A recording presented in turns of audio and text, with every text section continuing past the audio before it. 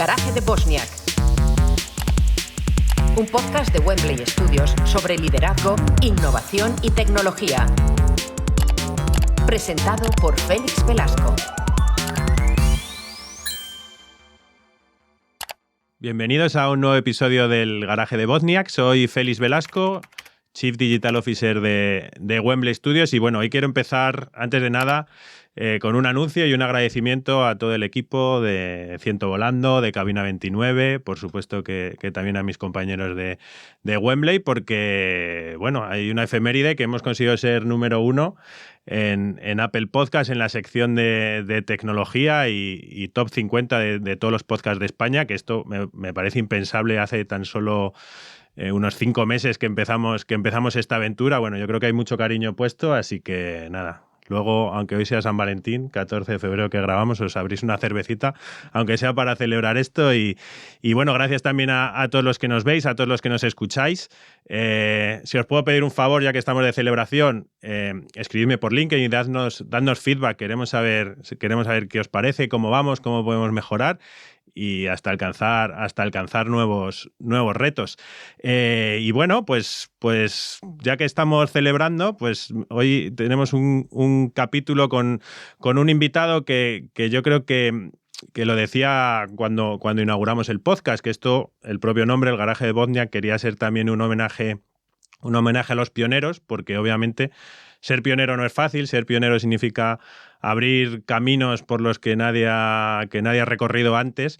Y hoy tenemos a uno de los grandes pioneros de Internet y de la innovación en España. Si os hablo de compañías como Telefónica, Terra, Lycos, Oesia, Fellow Funders, compañías que a muchos de vosotros os suena, pues bueno, tenemos a uno de los hacedores aportando un gran granito de arena en todas estas compañías.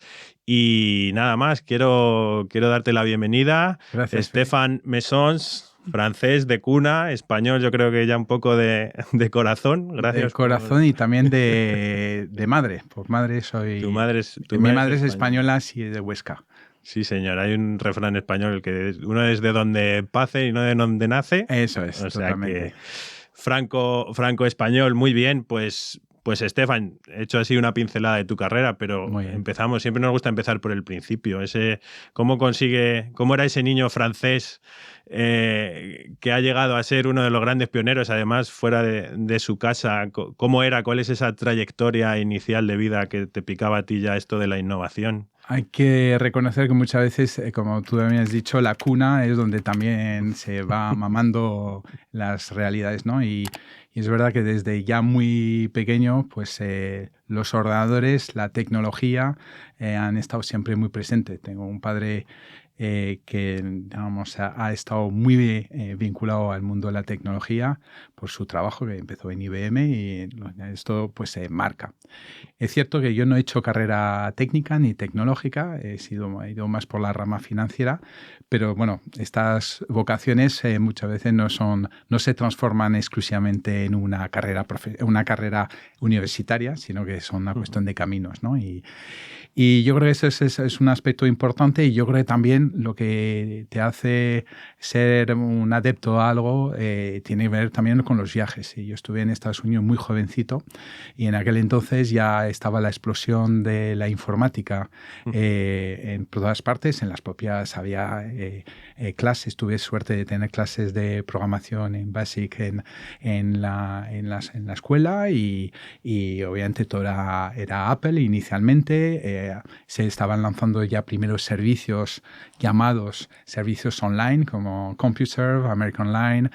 Apple tenía su propio servicio, se llama Apple Talk. Entonces todo esto, pues lógicamente, pues lo arrastro, lo traigo, y si además en casa pues hay ya un IBM XT y luego un Mac 1, luego un 2, un Duo, luego un Macintosh, pues lógicamente todo esto hace que lo tengas muy impregnado, ¿no?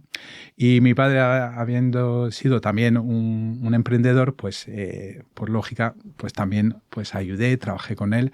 Como he contado, pues iniciamos incluso el primer booking de la historia no era Internet en aquel entonces, era el videotex y esencialmente Minitel, que fue uno de los motivos por la que Francia digamos, incorporó Internet mucho más tarde, porque tenía una tradición de servicios telemáticos que se llaman, de los que incluso muchos hicieron fortuna, entre ellos Xavier Niel, que es el gran pionero digamos, en Francia de lo que es el mundo de Internet y sobre todo, pues, como sabéis, de Estación F y de 42, pero inició su carrera en el mundo de esa tecnología, ¿no? Entonces, bueno, todo eso lo vas mamando y, bueno, pues del BASIC pasa a programar en Pascal, empiezas a hacer pequeños trabajos para unos, para otros, para familiares, pero sigue mi carrera, ¿no? Y realmente, digamos, el gran salto donde uno ya empieza a ver que la tecnología tiene su sentido cuando empiezas a trabajar, ¿no? Es este momento, tal. Entonces, yo aparezco aquí en España de casualidad. Es verdad que tenía, como he dicho, madre española, pero bueno, mi carrera estaba volcado a seguir en Francia para entonces. Pero la circunstancia de vida se hace unas prácticas de 3 meses en el año 91 y mira, pues ya llevamos 33 años casi ya en España. ¿Quién dice? Bueno, es decir, las prácticas han durado un poquito más, ¿no? Sí, sí, sí. Y además, repasando tu trayectoria, como he hecho estos días, obviamente veo que al final has tocado muchos palos, ¿no? Dices que empiezas por el ámbito financiero, luego has estado muchos años, esta época que vamos a tocar de Telefónica, Terra, estás más quizá en una visión de marketing, luego te has pasado a operaciones, dirección, ahora quizá también con otra vez la perspectiva un poco de las finanzas. ¿Cuál crees que es un poco de todas estas disciplinas para un innovador, para un pionero, para alguien que esté montando ahora una startup, la tecnología que al final lo recubre todo, ¿no? Pero ¿cuál crees tú que es quizá cuál es la disciplina más valiosa quizá para montar algo nuevo? Pues te diría que depende del momento, ¿vale? Yo creo que quizás la parte más importante, que es para mí la parte de la comunicación, digamos, son los pilares de cualquier proyecto que se lance, porque ¿cuántos proyectos excelentes se han ido al traste porque digamos, el emprendedor o incluso el inventor o el científico no ha sido capaz de transmitir su idea, ¿no? Es decir, que eso es un poco el tema. O cuántos genios hemos encontrado que eran incapaces de expresarse correctamente, ¿no? Al final el idioma, en el fondo, es el andamio del mundo. Si no somos capaces de comunicar, es una parte importante. Pero salvando, obviamente, esta parte y haciendo core la tecnología, yo creo que también hay un aspecto que cada vez empieza a ser más necesario, es entender bien de finanzas desde el punto de vista práctico y no desde el punto de vista complejo, que muchas veces da un poco de urticaria, pero cuando uno entiende que funcionamos a base de flujos, pues es muy sencillo, muy fácil. Simplemente hay que entender bien de que al final, ¿qué es, como siempre digo, qué es tener poder? Es tener capacidad de opción, y si no tengo capacidad de opción es que no tengo ningún poder, y por lo tanto todos estos elementos pues se generan obviamente teniendo y gestionando bien las finanzas. Es una parte importante, ¿no? Totalmente de acuerdo. Los que nos ha tocado aprenderlo por el camino, que hemos totalmente tirado por la opción, y es verdad que yo creo que se debería hacer más hincapié en edades más tempranas quizá de tener esa cultura financiera un poco, porque al final toca aprenderla con el barco en marcha, el coche en marcha, y es mucho más complejo, ¿no? más complejo y sobre todo porque es un camino de frustración, porque siempre digo que tanto si tú te planteas que quieres atravesar el Atlántico y te pone como medio para hacer este viaje una Zodiac con un motorcito, pues probablemente las probabilidades de que tenga éxito es posible, pero también me he encontrado al revés. Gente que estaba poniendo un transatlántico o incluso hasta un portaaviones para atravesar Guadalquivir. Pues quizás pues hay que ir a su justa medida, y quizás esa es parte de esa cultura que tú dices que es necesaria, ¿no? Totalmente. Y bueno, vamos a ir empezando por estos puntos importantes de la trayectoria. Tú eres uno de los culpables de que todos tengamos internet en casa, que ahora ya es, por supuesto, una commodity. Nadie, es impensable que alguien, bueno, supongo que la mayoría de nosotros tenemos internet en casa, pero hubo un antes de esto, ¿no? Y ahí es donde también empieza tu vida como pionero. Cuéntanos un poco. Bueno, después de haber pasado unos años en el mundo del financiero y luego una pequeña época muy interesante, muy intensa en el mundo de la comunicación, pues estoy trabajando en Ogilvy, pues tengo la suerte de ser una de las primeras personas a impulsar algo que se llamaba en aquel entonces Internet, de los cuales había muy pocos usuarios, era una red esencialmente académica, y luego los pocos que había utilizaban pues servicios extranjeros, no había todavía esa cultura de servicios y esencialmente que cómo se hacía pues quizás pues, las generaciones que están acostumbradas a la fibra y tal, no están acostumbradas a lo que era un módem y el módem era pues la forma de conectarse a estos servicios y de vivir en un mundo esencialmente basado. Los inicios fueron más bien las BBS, ¿vale? Que cada uno se montaba su propia, era una especie de blog mejorado con posibilidades de bajar un software, etcétera, etcétera. Y luego están lo que se llaman los servicios online, en la que los dos grandes norteamericanos, que eran CompuServe y American Online, pues dominaban. Pero para conectarse había que coger un módem, llamar a un nodo que estaba o en Madrid o en Barcelona, que era más o menos lo que había, y eso es esto. Hay una gran revolución propiciada en aquel entonces por una persona en Telefónica, que fue además también consejero delegado de Telefónica, Julio Linares, es la puesta en marcha de un proyecto magnífico que se llama Infovía. Infovía fue probablemente la mayor innovación que yo llamo innovación Kleenex. ¿Por qué? Telefónica en aquel entonces tenía monopolio, como sabéis, hasta la entrada de RTVision, que fue la primera operadora que compitió contra Telefónica. Por lo tanto, pues, le permitía ofrecer a precio, porque no nos olvidemos que cuando yo llamaba desde Madrid a uno de Madrid, pues se llamaba local, pero si lo hacía desde la provincia, llamaba provincial, y si lo hacía fuera de la provincia, imaginaos, y el contador corría. Entonces, la gran innovación, esa es la gran innovación que es la que realmente impulsa Internet, es Infovía. Infovía es un número de teléfono, 055, esto se nos ha quedado a todos esta generación marcado, donde te permitía entrar en una especie de kiosco y de la que podías elegir un proveedor, un ISP, Internet Service Provider, para darte acceso a Internet. Ahí es la gran explosión de las grandes compañías como han sido Arrakis, CTVs, Jet Internet. Estos son nombres que seguramente suena a muchos de los que han sido usuarios de de esos servicios. Y esa LA 055 para toda España a coste de una llamada local, por lo cual lógicamente tiene menos. Y yo prácticamente entro en esa época extraordinaria, pues donde pues las cifras, los dashboards que teníamos, pues eran 5.000, 3.000, 8.000 personas, digamos, 4 frikis que estábamos empezando y que lo utilizábamos a diario.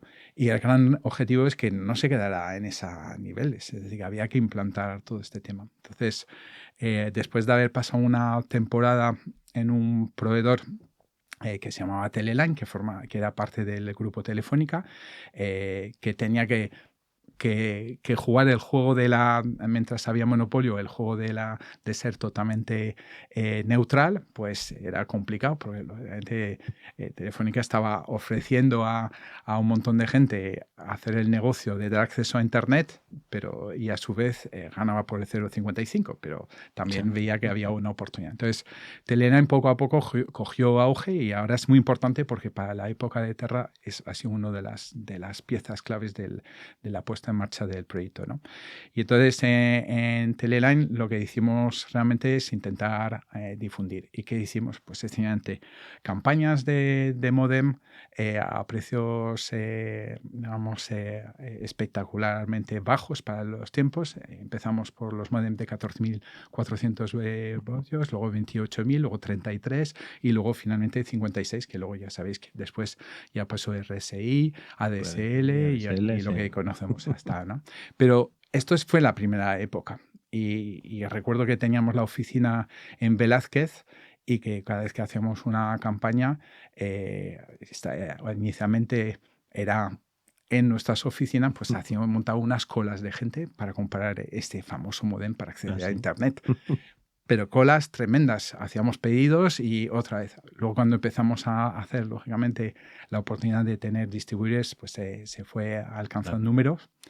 Pero vendíamos una caja con un modem dentro, inicialmente creo que eran 12 disquetes, porque no había todavía el CD, luego pasamos al disquete y ahí tenemos 1000 anécdotas fantásticas, porque obviamente estamos en los principios de Internet y teníamos un call center, porque había que atender las llamadas y, bueno, pues hay anécdotas como que te llamaban y dicen, mire, es que ahí pone que ponga el primer disquete y bueno, pues lo he puesto y ya me pide que ponga el segundo. Y entonces, vale, perfecto, pero no, es que no me entra. Y dice, pero ¿ha sacado el primero? Entonces ahí, digamos, de esas anécdotas teníamos muchas, o gente que ya estaba desesperada, porque es verdad que los inicios siempre traen muchos problemas, inicialmente, es lo lógico, pues que te traía directamente, que a veces no había tanto portátil, la propia torre para que le ayudaras a dar solución, ¿no? Entonces ahí tuvimos, pero es verdad que eso fue nuestro primer gran fracaso. Tuvimos un gran éxito de venta de módem. No recuerdo la cifra, pero estoy hablando de 30, 40, 50 mil. Es decir, que estábamos hablando ya empezando a volúmenes grandes. Pero nadie se conectaba. ¿Ah, no? Y entonces decíamos, pero bueno, si hay un disco, o sea, hay que ponerlo, ¿qué problemas tenemos? Después de lanzar una campaña, digamos, una investigación, pues nos dimos cuenta de que la gente no se la había comprado para Internet, sino para poder enviar y recibir fax. Fijaros, digamos, hasta qué punto la tecnología no habíamos caído, que efectivamente también era un producto que Market Fit no estaba bien hecho y la gente lo estaba comprando para enviar y recibir fax. Estamos hablando de una tecnología que también está completamente en desuso, pero que en aquel entonces estaba al orden del día. La gente no se podía comprar un fax, pero oye, si lo puedo tener contra mi ordenador, pues puedo enviar un fax y luego recibir un fax. Fijaros, el paradigma, parecía que teníamos un éxito, pero claro, no se traducía en gente que se iba yo conectando, ¿no?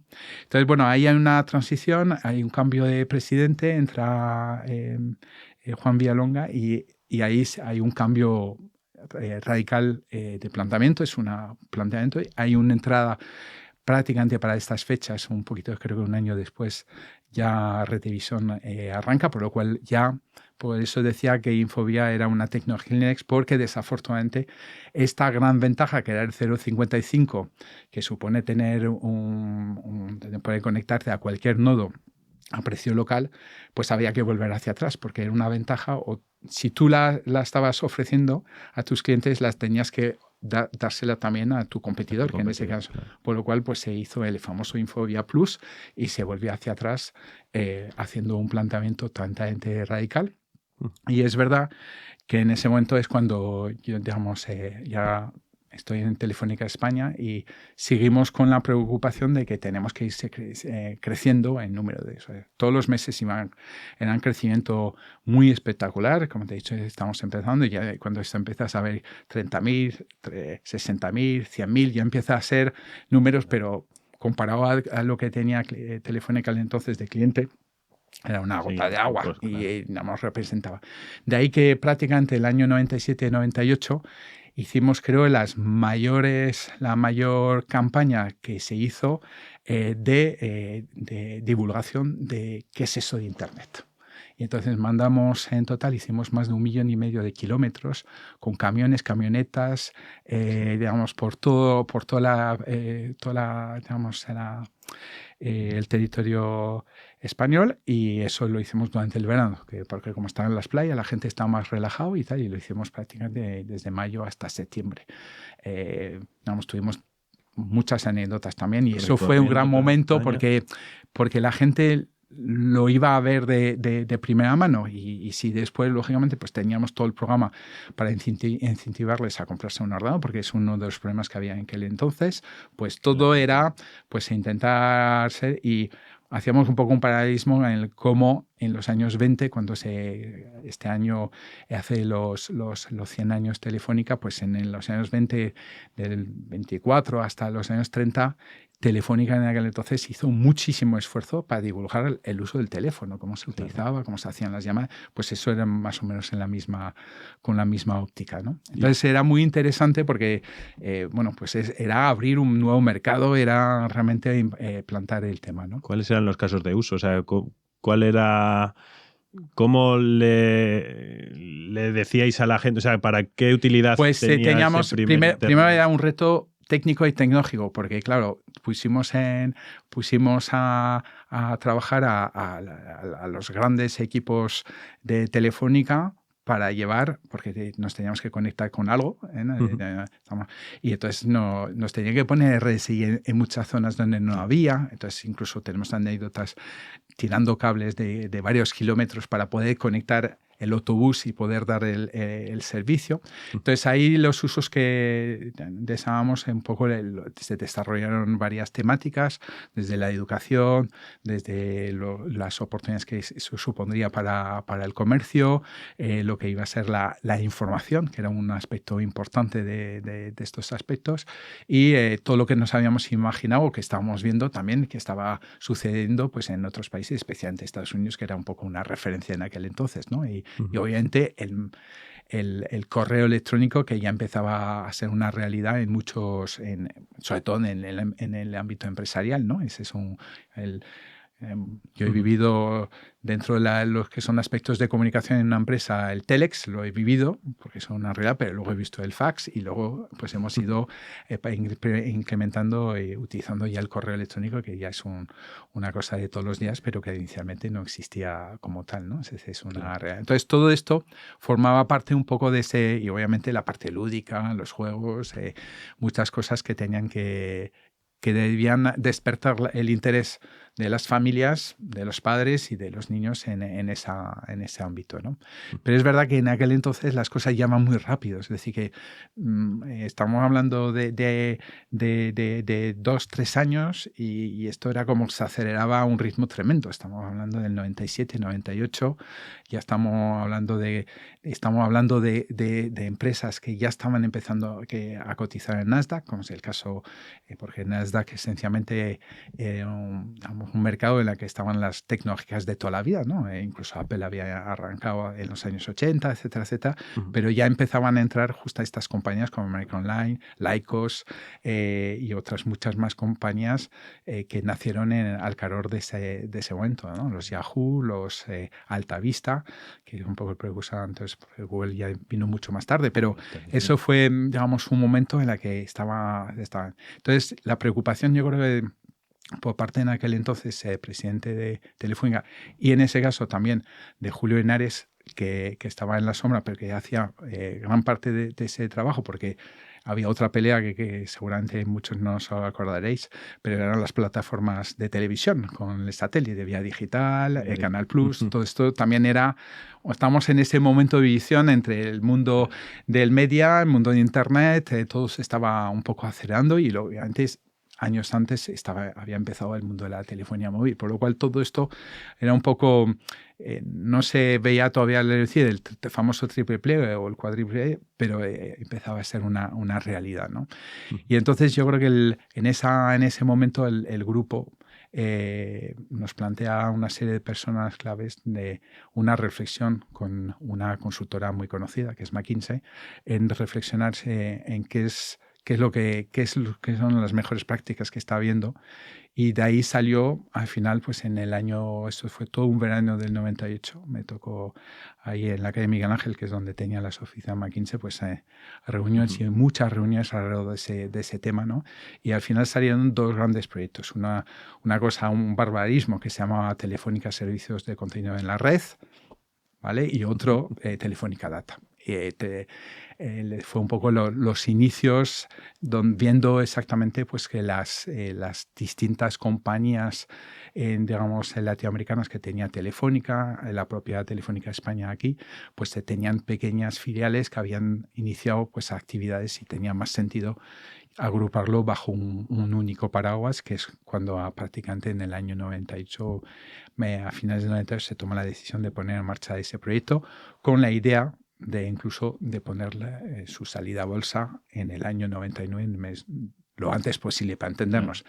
Las cosas iban muy rápidas. Claro, entonces, las valoraciones que se estaban viendo en aquel entonces estaban disparado en Estados Unidos.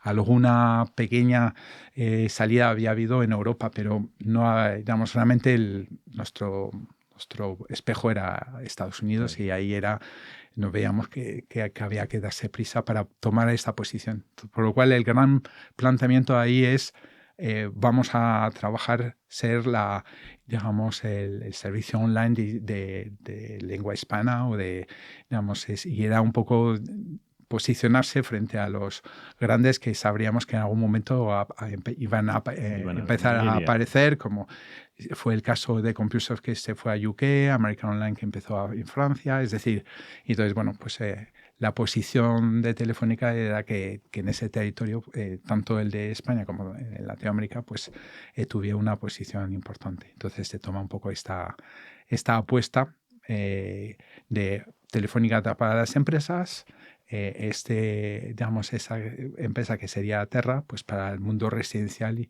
y el mercado Soho, que se llamaba en aquel entonces, que se hizo mucho, digamos, plantear soluciones alrededor de este tema, ¿no?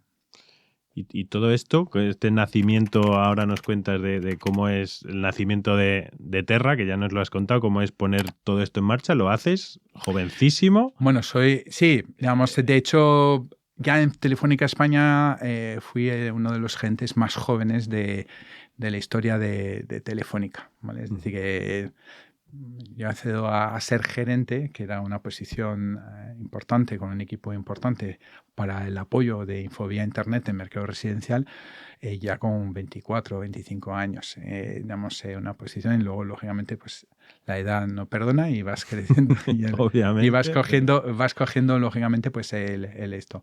Pero en aquel entonces, pues tenía cerca de, en el 98, 30 años, y bueno, pues ya las cosas ya se aceleran, y es, bueno, pues el momento muy, muy dulce de mi carrera, y un momento también, a pesar de que pues mucho le decía, bueno, pues ha estado ahí 7, 8 años en el grupo, yo tengo siempre la sensación que ha estado el triple o el cuádruple de tiempo, porque fue muy intenso.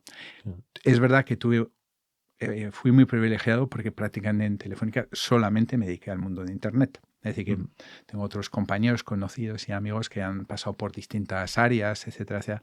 Yo tuve la suerte de estar en esto, y de todas las cosas que lanzamos en su momento. Incluso lanzamos en el año 97, ahora que estoy recordando, que ganamos varios premios, InfoTV, que era una televisión, las primeras interactivas, utilizando Internet, con un módem detrás, obviamente, pero que, bueno, todas estas cosas nos permitió hacer muchas cosas muy interesantes y innovar. Lanzamos los primeros ordenadores que se vendieron a través de la red de tiendas de Telespacio en aquel entonces, que se llamaban Telespacio, y el 1004, que era el teléfono, pues lo pusimos en marcha, porque lógicamente si la gente no tenía ordenador no se iba a conectar. Está muy bien tener un módem si no tiene ordenador.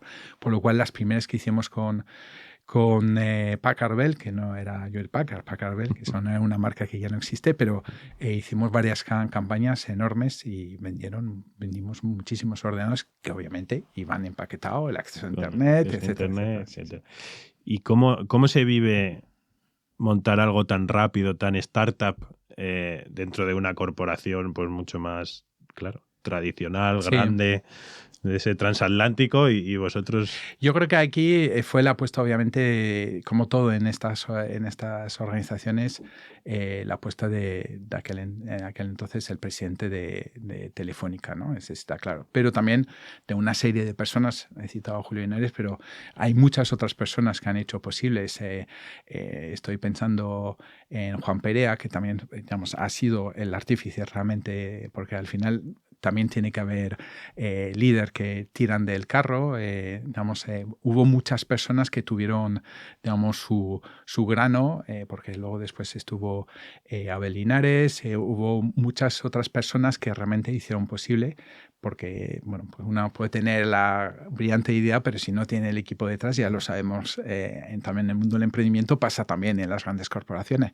Pero es verdad que Terra era un antes y un después dentro de una compañía que había sido, no os olvidéis, monopolios durante muchos años y que de repente estaba intentando, que había incluso también, que no nos olvidemos, que la última, creo que si no mal recuerdo, fue el 96, 98, la última gran privatización de Telefónica que prácticamente dejó al Estado con muy pocas participaciones. Digamos, eso es una realidad. Y entonces todo era, al final era un momento de cambio en todos sitios. Y bueno, lo hemos visto de otras operadoras, digamos, a nivel europeo o incluso internacionales que se apuntaron al carro muy tarde. Y yo creo que ahí en Telefónica en ese caso fue muy pionera, porque fue muy atrevida y además sacar la bolsa y luego además poner todo el énfasis en esa actividad que tendría su razón de ser. Además, Terra era el laboratorio de muchas cosas, de las que quizás por tema regulatorio no se podía permitir Telefónica. Pues lanzamos Internet gratis, se lanzó los primeros ADSLs, es decir, los primeros ADSLs fue el equipo de Terra España que se dedicó a sufrir los primeros, como todo, pues problemas que había de puesta en marcha de la ADSL digamos, con sus distintas componentes, etcétera, etcétera. Entonces, todas estas cosas fue un excelente laboratorio y obviamente, como digo, sin equipo, sin voluntad y, bueno, lógicamente, los roces son todos porque, digamos, no a todo el mundo le puede gustar un proyecto de estas características, pero creo que para Telefónica fue un cambio bastante grande, ¿no? Es decir, y además fue una escuela donde salieron muchas personas que hoy son muy relevantes hoy en día, tanto en el propio grupo Telefónica como digamos, fuera del propio grupo. Entonces, vamos, yo creo que eso fue muy potente, ¿no? ¿Y cómo se gestiona? Porque claro, era un proyecto ambicioso, era un proyecto internacional, Eso también es. muchos mercados, muchos países que salían a la vez, Totalmente. en muy poco espacio de tiempo, salida a bolsa, luego Totalmente. bueno, vinieron fusiones y todo esto parece que, lo hablábamos antes fuera de cámara, ¿no? Que eran los años de los dog years, ¿no? 7 Sí. años por cada año. ¿Cómo era o sea, qué frenesí tenía Era eso? una ¿Cómo era un día a día tuyo allí? loco, porque se tomaba una decisión de las cuales que obviamente con medios como que tenías con Telefónica, pero queríamos tener los que estábamos en este proyecto mentalidad de startupero para entendernos, por lo cual íbamos en avión, íbamos siempre en turista e intentamos asegurarnos de no gastarnos más allá de lo que tal. Y entre ellos, uno de los graves problemas es la anécdota que creo que es la más interesante. En mi equipo tenía una persona admirable y maravillosa que hoy, con emoción, porque falleció hace unos años, Pablo Aranguren, la persona que puso en marcha todo lo que fue en mi equipo, toda la parte de puesta en marcha de la marca. Y la marca, pues parece, bueno, pues es un nombre, es un logo, pero detrás hay muchísimo trabajo. En aquel entonces había grandes, y utilizamos a Future Brand, que pertenece al grupo McCann, para el desarrollo, no del nombre, porque el nombre salió de una lluvias de ideas entre empleados, pero realmente digamos, lo que es el concepto, lo que es el tema, pero una cosa que no es consciente, que también las marcas hay que tenerlas en propiedad. Y el caso es que cuando se decidió en el verano del 99 que lanzábamos con Terra y que queríamos salir en Terra en septiembre live y con campaña y en octubre y noviembre salir a bolsa, todavía no éramos propietarios de todas las marcas, de las marcas en todos los países donde íbamos. Y esto fue un auténtico reto, un frenesí, una locura más absoluta porque teníamos que hacerlo, pero que tampoco fuera desmesurado el coste que suponía. Por lo cual, con testaferros, con anécdotas asociadas a una anécdota, yo creo que la más increíble fue lo del terra.com, porque también está el otro problema, los dominios. No todos los dominios los teníamos en prioridad. Sí. Entonces, todas estas cosas, pues el terra.com tuvimos que buscar una estrategia, lo tenía un belga, y teníamos que buscar una estrategia para comprarle un dominio que iba a ser el dominio. El dominio. Como podéis imaginar, el .com en aquel entonces era el dominio. Y se hacía muy, muy complicado cómo hacerlo, ¿no? Pues entonces fue una estrategia, tuvimos que digamos, explicarle que era a través de un testaferro, etcétera, etcétera. Y bueno, pues él pidió, creo que en aquel entonces, si no mal recuerdo, como 18.000 euros por su dominio, pues decía que era un dominio magnífico. Eso no le quitábamos la razón, pero nos parecía que si le aceptábamos los 18.000, pues que quizás se iba a echar, y dijimos que solo 6.000 podíamos pagar porque no teníamos capacidad, y al final lo dejamos en 9.000 euros. Entonces, para que veáis estas cosas que fueron, fueron necesarios. En Brasil se lo compramos a un personaje conocido del mundo del fútbol que tenía la marca.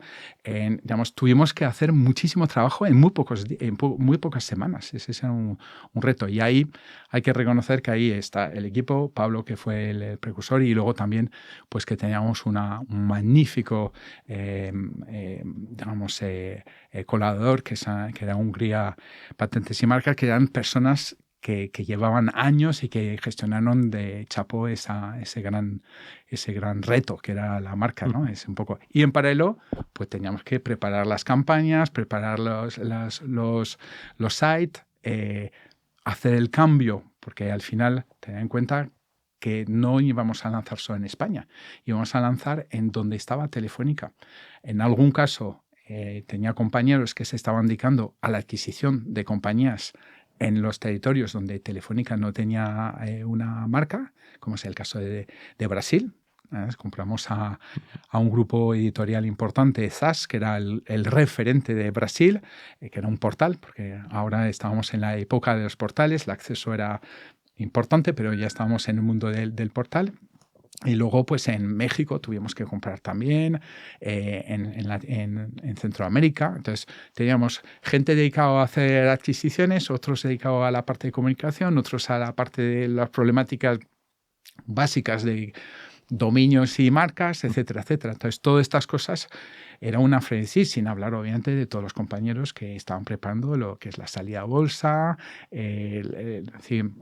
Imaginaros un poco la frenesí en tan poco tiempo, claro, en la que prácticamente yo diría que arrancamos a finales del 98 y estuvimos prácticamente toda esta época trabajando, uno para consolidar lo que teníamos, otro para integrar lo que tenía el grupo en otras zonas y en otro completar lo que le faltaba a Telefónica. De hecho, el terra.com, como os podéis imaginar, era el que iba a ser el para Estados Unidos. Es decir, porque era como íbamos por marca, pues España.es, en Brasil era .com, es decir, que BR, es decir, que todo, digamos, no estábamos todavía en que Google existía y ponía Terra Brasil o Terra y me salía, no tenía que poner. La importancia del dominio era muy importante, ¿no? Porque entonces teníais una ambición totalmente global, ya no solo del mercado hispanohablante. Sí, era hispanoparlante porque el foco de Estados Unidos era para los hispanos, y de hecho nos instalamos en Miami y digamos, entre Miami y Nueva York es donde realmente fue un poco el tirón importante del posicionamiento, ¿no?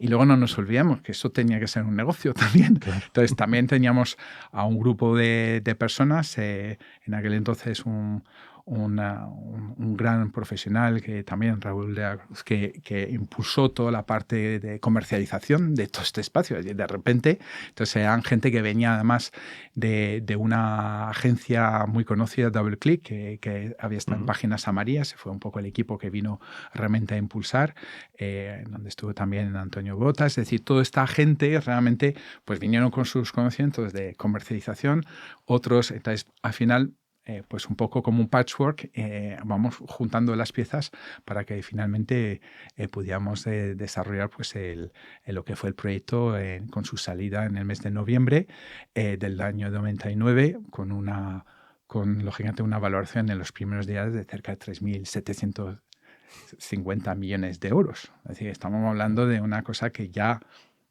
muchos dirán, pues es que no tenía nada. Bueno, sí, había clientes, había muchos clientes, había una facturación, empezaba, digamos, lógicamente, en aquel entonces las valoraciones empezaban a volverse muy exponencial, ¿no? Claro. Como sabéis, sí, bueno, dentro del contexto, luego todos sabemos totalmente que pasó más adelante, pasó.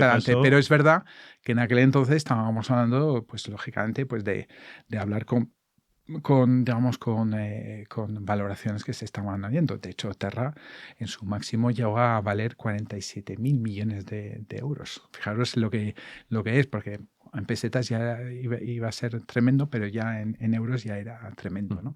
Entonces, eso es digamos, un poco digamos, todo el trabajo realizado en ese tiempo, que al final, bueno, hay otra parte que no nos olvidemos, toda la parte de recursos humanos, porque había que estar contratando continuamente gente nueva, claro. Había que integrar un montón de gente, culturas distintas, formas de trabajar. Bueno, es decir, que fue todo un reto y un trabajo muy, muy intenso por parte de mucha gente que estuvo, digamos, al frente, ¿no? Y especialmente, yo creo que toda la área económica financiera que hablábamos al principio, que fue muy clave en ese punto, porque lógicamente es verdad que estaba Telefónica, pero lógicamente, digamos, todas estas expectativas que estaba generándose y tal, pues ahí tenemos a una persona como Laura Basolo, que digamos que hoy es la CFO de Telefónica, que estaba, digamos, junto con Juan Perea, empujando y trabajando en toda esta parte, por lo cual, de verdad que no hay proyecto en donde los equipos no son vitales, porque parece que al final muchas veces hay que poner una foto del CEO de tal, pero de verdad que si no tiene el equipo, y de hecho para mí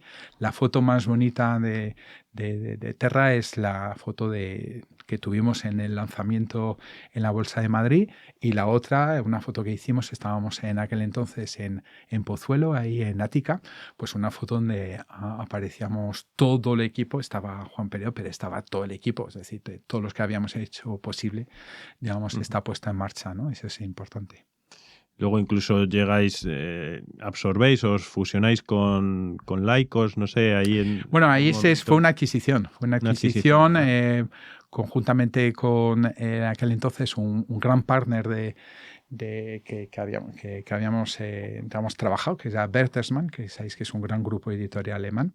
Pero bueno, pues Bertelsmann tenía parte de esa, digamos, de una participación importante, sobre todo en Lycos Europa. Es decir, tenía un punto importante, por lo cual fue un acuerdo a dos bandas con la decisión de adquirir Lycos y de trabajar justamente pues esa parte importante digamos, del proyecto, ¿no? Que era ahí sí que ya pasábamos a ser de lengua hispana o solamente para hablar en español y en portugués, que no se olvide, perdón, en brasileño, que era un aspecto importante, pero bueno, por eso hablamos más de hispano parlante, a convertirnos en una marca global. Lycos estaba en Japón, estaba en Estados Unidos, estaba en Europa, estaba en muchos sitios, ¿no? El famoso perrito que conocemos todos, que era, digamos, y que competía contra Yahoo, que competía contra otras soluciones de buscador, y que empezaba poco a poco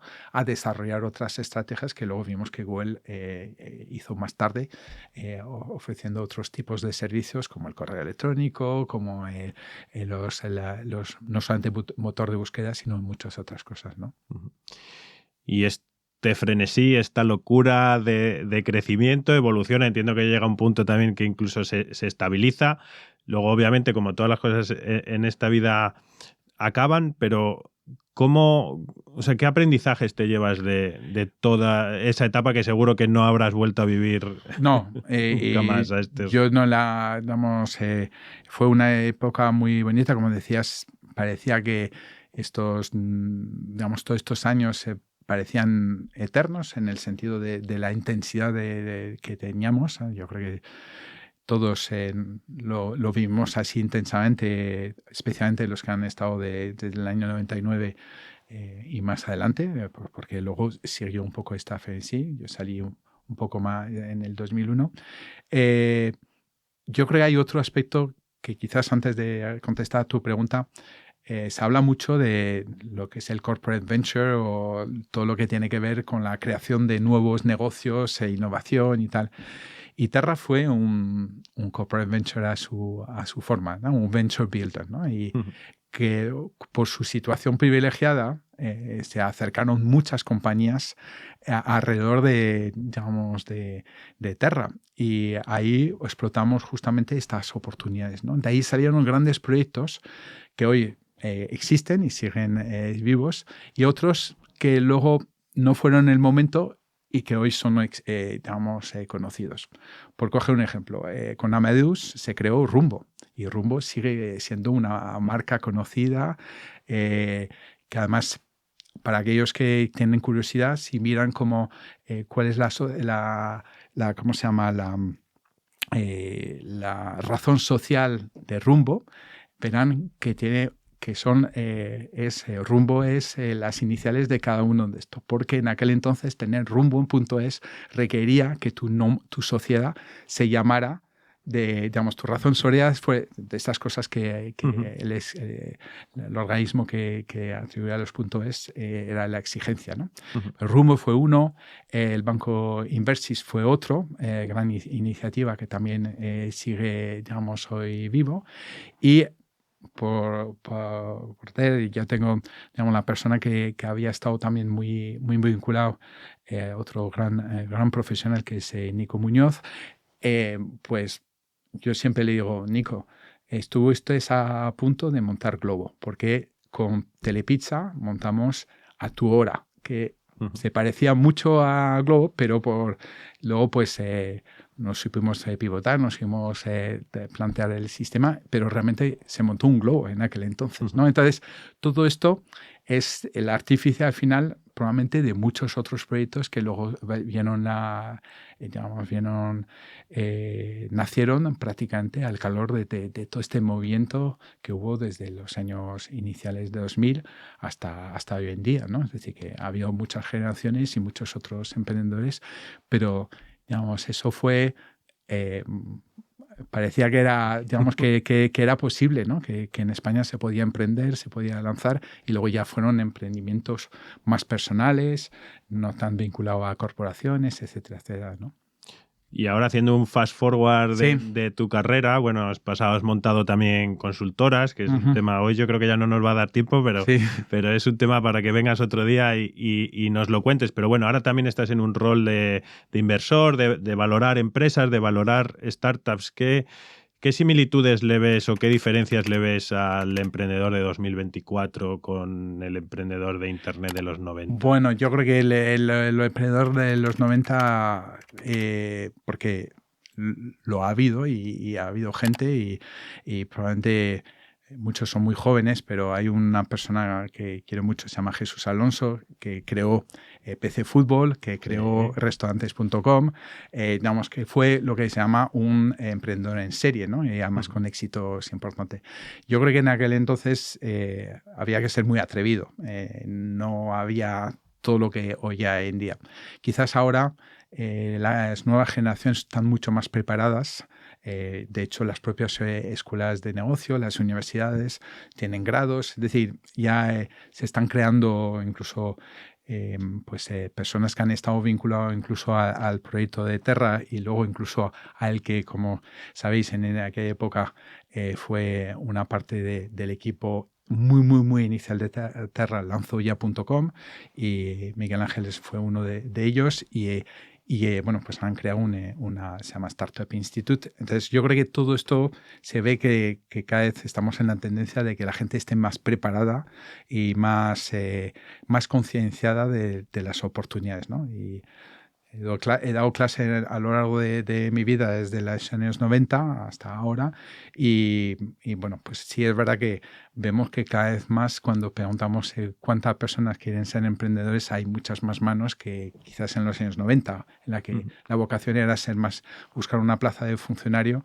y yo creo que también eso está cambiando en la mentalidad, ¿no? Entonces, creo que en aquel entonces era muy minoría, muy de locos, está zumbado, te va y luego pues un poco también todo lo que tiene que ver con el fracaso, ¿no? Es decir, casi te escondías, ¿no? Porque habías fracasado.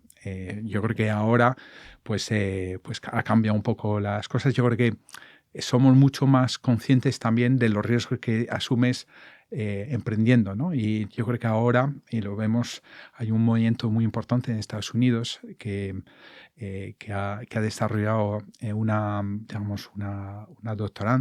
doctor que se llama Sabarati y ha puesto de relieve la efectuación. Y la efectuación no es más que haber estudiado cuáles son los patrones que los emprendedores de éxito han conseguido. Y ha determinado 5 o 6 principios, y uno de ellos es el riesgo limitado o el riesgo consciente, ¿no? Es decir, tanto reputacional como puede ser, obviamente, de dinero, porque cuántos emprendedores han acabado arruinando su familia y otras más cosas. Es decir, que ahora yo creo que somos mucho más conscientes y además sabemos decir stop antes, porque en algunas veces el emprendimiento también es como una especie de locura de ir al casino y venga, le meto, ¿qué es esto? Seguro que sale, y hay momentos en los que hay que saber decir, me paro, me planto y pienso de forma distinta, y yo creo que esto es también otro de los cambios, ¿no? Ese es un poco el tema. Y ahora que, en mi opinión, estamos viviendo una revolución. Bueno, ahora me das tu opinión. No sé si similar, mayor o menor que la de Internet, que es la de la inteligencia artificial. ¿Cuál es tu sensación? ¿Cuál fue tu primera reacción ante ChatGPT? Fíjate, antes de la inteligencia artificial vino otros fenómenos, ¿no? Por ejemplo, una cosa que parece que si yo que voy a Vivatech o a Mobile World Congress, al For You For Now o a ¿cómo se llama? Al Web Summit en esto, o también he ido a algunas cuantas, pues hay modas, ¿no? Hace 3 o 4 años Metaverso era a todas las salsas. Ahora puede que vuelva a resurgir gracias a todo lo que tiene que ver con las nuevas gafas, etcétera, etcétera. Pero son más pasajeras, porque cuando a mí me hablan de metaverso, recuerdo los inicios del 2000 con Second Life, que era un metaverso también. Totalmente. De esto. Por lo cual, todas estas cosas son de modas. Pero es verdad que la inteligencia artificial, al igual que probablemente creo que el quantum, van a ser de dos, al igual que pasa en el mundo de la energía, hablamos mucho de baterías, pero realmente el hidrógeno va a ser lo que va a revolucionar realmente la forma que tenemos de utilizar la energía. Yo creo que la inteligencia artificial está en los inicios, y como pasó en los primeros de Internet, en la que tuvo que haber un punto muy hype y luego una caída para que se regulara todo este tema o se asentara y luego fuera mucho más estable y se crearan grandes grupos, etcétera. Pues yo creo que pasará lo mismo con la inteligencia artificial, porque bueno, ya sabemos que hay mucho debate de qué es inteligencia artificial. Si inteligencia artificial es conectarse a algo que ya ha creado otro y tal. Vamos, pasó un poco lo mismo cuando estábamos hablando de los portales, de las comunidades, de todo este fenómeno que inicialmente se generó dentro de lo que es Internet. Digamos, cuando tenemos solución a la conectividad, tenemos que buscar otros retos, ¿no? Y yo creo que ahora la inteligencia artificial le va a pasar lo mismo. Va a tener que pasar por un momento muy hype. Estamos viendo variaciones exageradamente muy altas para tener una corrección en un momento dado, que no sé cuándo será, y quizás, idealmente, sería cuando además llegue todos los esfuerzos que está habiendo por parte de muchos en el mundo quantum, le dé completamente el cambio, ¿no? Es el toque final, ¿no? Y vemos además gente, por no citarle a Carlos Korzewski, que está trabajando en un proyecto muy interesante que mezcla las dos cosas, es decir, porque al final la algoritmia alrededor de la inteligencia artificial sumado con el quantum puede dar un cambio de paradigma bastante radical, ¿vale? Yo creo que radical a tal punto que quizás no tenemos todavía conciencia de cuáles pueden ser los límites o las fronteras a ese nivel, ¿no? Uh-huh. ¿Y cómo crees que se debe preparar? Tú que has sido directivo y eres directivo de grandes compañías, ¿cómo crees que se deben preparar las empresas ante este cambio? ¿Cuál es la mejor manera de abordarlo? Quizá, o sea, porque la gente de abajo está empujando, ¿no? Porque ya todo el mundo, quien más, quien menos, usa ChatGPT, se está intentando hacer una regulación, pero las empresas que se quedan ahí un poco en el medio, ¿cómo pueden coger el mástil de esta revolución? Pues yo creo que estando muy atentos. Es decir, que para eso muchas de esas compañías tienen gente muy brillante que están siempre un poco a ser un observatorio, quizás en iniciar algunos experimentos como se hizo.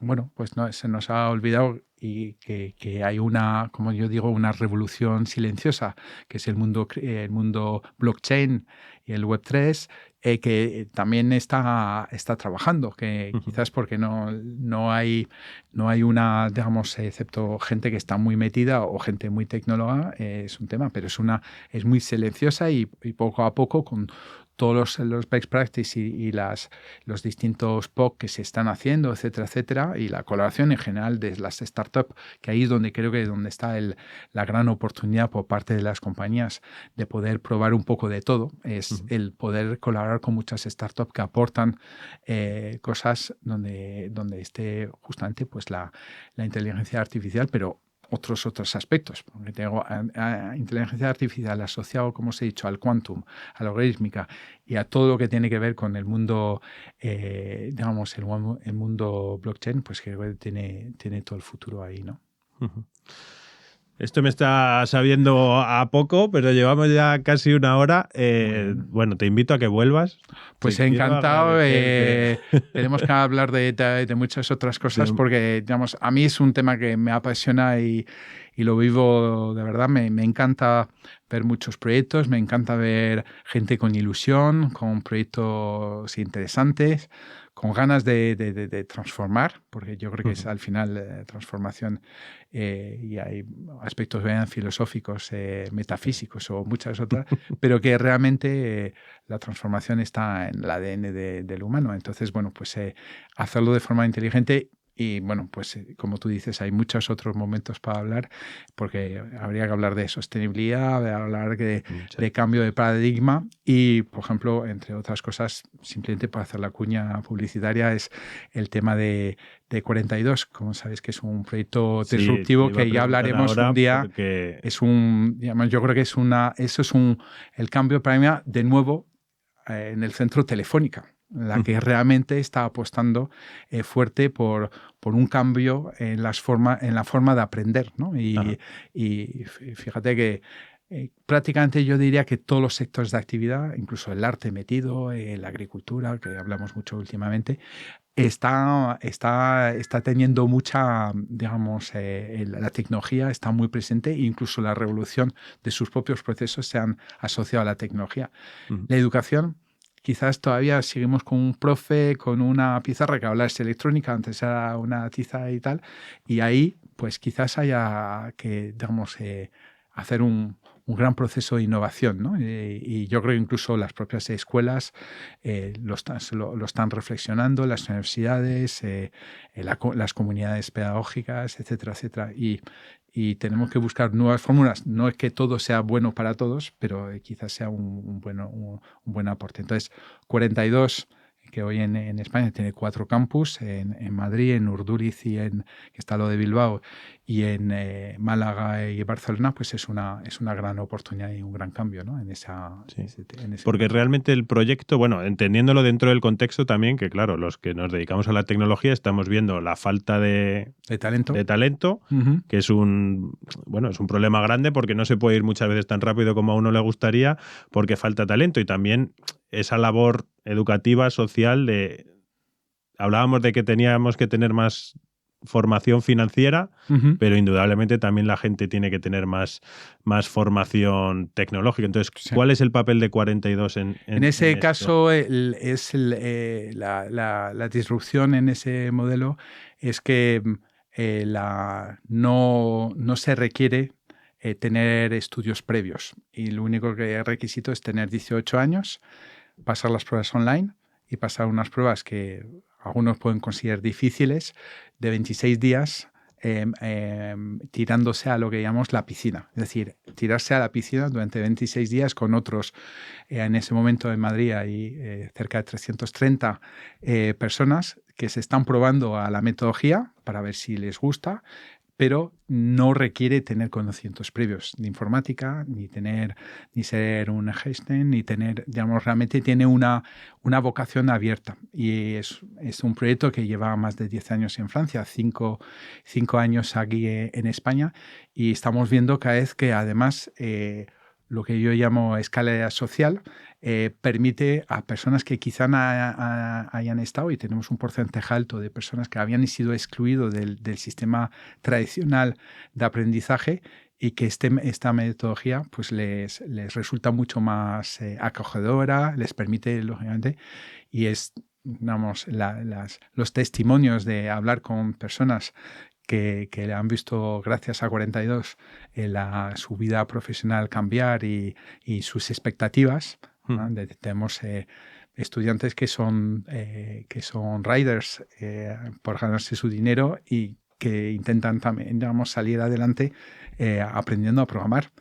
O gente que ha estado cableando o haciendo cosas de menor valor y que quieren programar. Entonces, creo que ahí hay una gran oportunidad, porque, como sabéis, es un método que no tiene profesores, abierto las 24 horas, por lo cual adaptable un poco a tus horarios, los 7 días de la semana, y se basa esencialmente en learning by doing, y luego el peer-to-peer, es decir, trabajar en equipo, no buscando la competitividad, sino realmente el trabajo en equipo para aprender juntos, algo que al final todos los que hemos estado, y especialmente los que estáis vosotros más en el día de la tecnología, no hay un día en la que no necesitéis aprender. Y en mis tiempos aprendíamos Basic y Pascal, y ahora pues estamos hablando de Python y de otras cosas, pero mañana se llamará X. Y lo que es importante es aprender, y eso es el gran propósito que tiene 42. Sí, el mindset que requiere también todo esto de la programación. Bueno, pues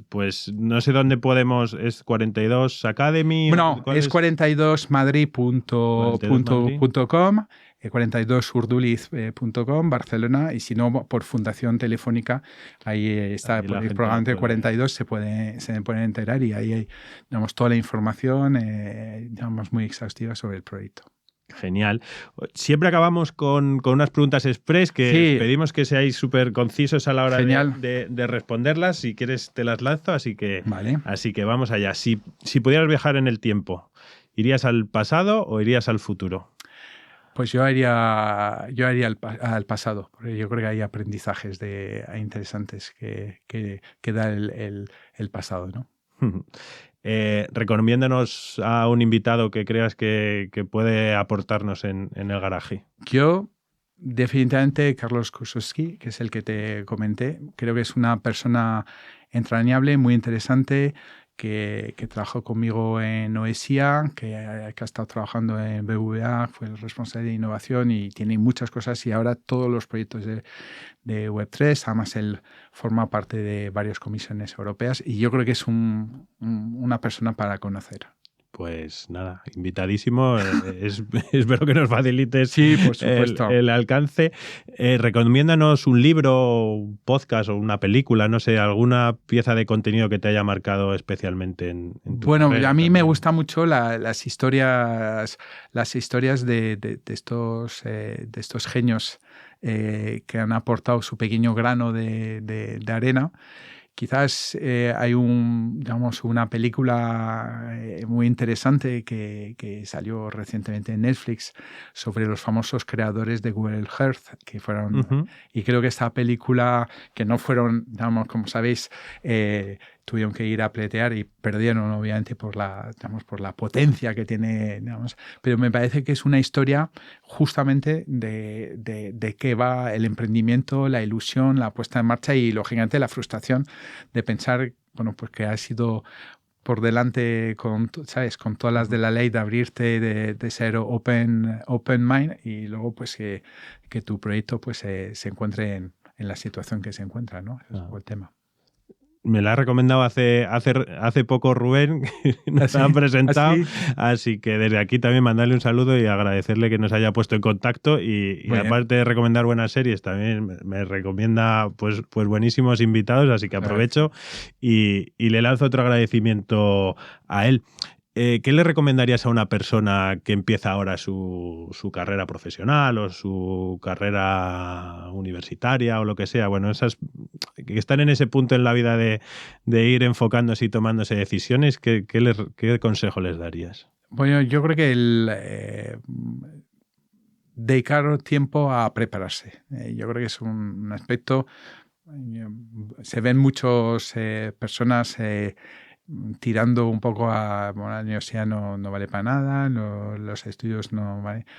Yo creo que hay un tiempo que como ser humano necesitas pues para realmente tener unas bases que van a ser fundamentales a lo largo de tu carrera. No tanto por los diplomas, que como yo siempre digo, el diploma sirve para el primer empleo, pero luego lo que vale en los siguientes empleos o sucesivos son los contactos, son tus competencias, tus experiencias, etcétera, etcétera. Pero yo creo que una buena base... me gusta mucho lo que llevan ahí muchos años los japoneses en la forma de educar desde valores éticos sobre los idiomas, que me parecen vitales, a pesar de que la inteligencia artificial nos vaya a ayudar. Creo que la enseñanza de los idiomas y el poder hablar varios idiomas me parece vital, especialmente en este tema. De hecho, yo hace muchos años a un ministro que no citaré, le dije, cuando dijo, ¿cómo podemos hacer que España se convierta en el centro nearshore? Y dice, bueno, pues la barrera es el idioma, porque si no tenemos gente que habla correctamente inglés es muy difícil. Lo vemos en la India, se han atrevido y hay muchas dificultades, ¿no? Y yo fui muy atrevido y le dije, bueno, pues la única medida que me parece que puede ser buena es que mandéis le deis un sueldo vitalicio a los actores de doblaje y hagáis, como en Portugal, dejar todas las películas en versión original. Porque los niños de 2 a 3 años no saben leer y por lo tanto tienen que, y pasan muchas horas delante de la tele. Entonces, bueno, todo eso es un proceso lógicamente a largo plazo, ¿no? Entonces, yo creo que tener una buena preparación en aspectos que son relevantes para una persona con los ideales o con unas ideas concretas de lo que quiere hacer, fantástico. Si no los tiene, pues yo creo que hay dos temas. O hacia más el mundo de las humanidades, digamos que hay muchas aportaciones. No nos olvidemos que uno de los grandes profesiones que va a tener muchísimo futuro con la inteligencia artificial que hablamos son en los lingüistas. Porque el valor de las palabras, como te dije al principio, el lenguaje es el andamio del mundo y todo lo que tiene que ver con las sutilidades de un idioma como el castellano o el francés, todos los idiomas latinos, con la riqueza de vocabulario, imaginaos las capacidades que tiene de hacer, ¿no? Y todo. Entonces, yo creo que ese es un punto. Y si no, pues yo le diría, por no hacer programatismo, pues directamente a 42 y a probar si la programación es un tema, porque pues da muchas oportunidades de ofrecer pues, un rango de oportunidades profesionales importante, y obviamente el emprendimiento es una de ellas. Y por último, si pudiésemos ponerle solo un ingrediente a un líder de tecnología, ¿cuál sería esa gran capacidad? Yo creo que la gran capacidad es la escucha. Es decir, para mí es la escucha, porque quizás algunos se escuchan a sí mismos, pero no escuchan al mundo, no escuchan a sus vecinos, no escuchan. Es decir, yo creo que la escucha es un factor importante para un gran líder. Yo creo que para mí es un punto que después de tantos años de experiencia que vas acumulando, cuando cuántos grandes proyectos se han ido directo al traste por no escuchar o ver opciones de. Y ahí tendría yo anécdotas de las que he vivido muy directamente, que daría para otras 2 o 3 horas, pero que yo creo que sin este tema... luego te haces tu propio punto de vista, tus opiniones, pero lo importante es que la escucha es muy importante. Genial. Pues nada, hemos acabado. No sé si quieres, ¿dónde podemos encontrarte? Porque además de 42 haces muchas cosas. No, si alguien quiere contactar contigo... sobre todo la parte, digamos, ahora la vocación, sobre todo de ayudar, digamos, siempre ha estado en mi forma de ser.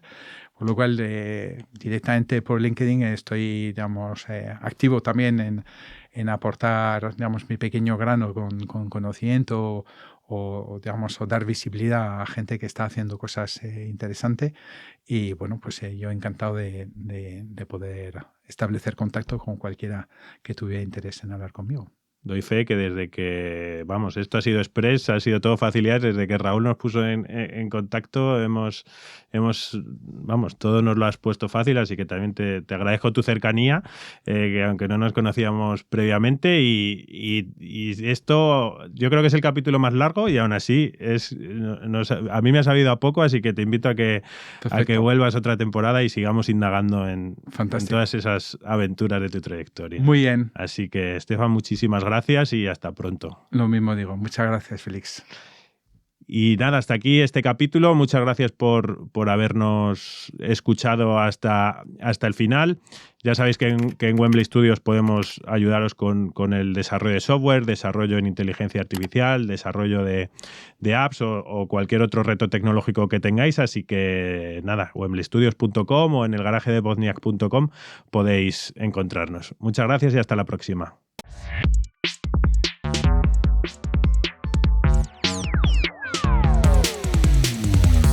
El Garaje de Bosniak es un videopodcast de Wembley Studios producido por Ciento Volando y grabado en Cabina 29.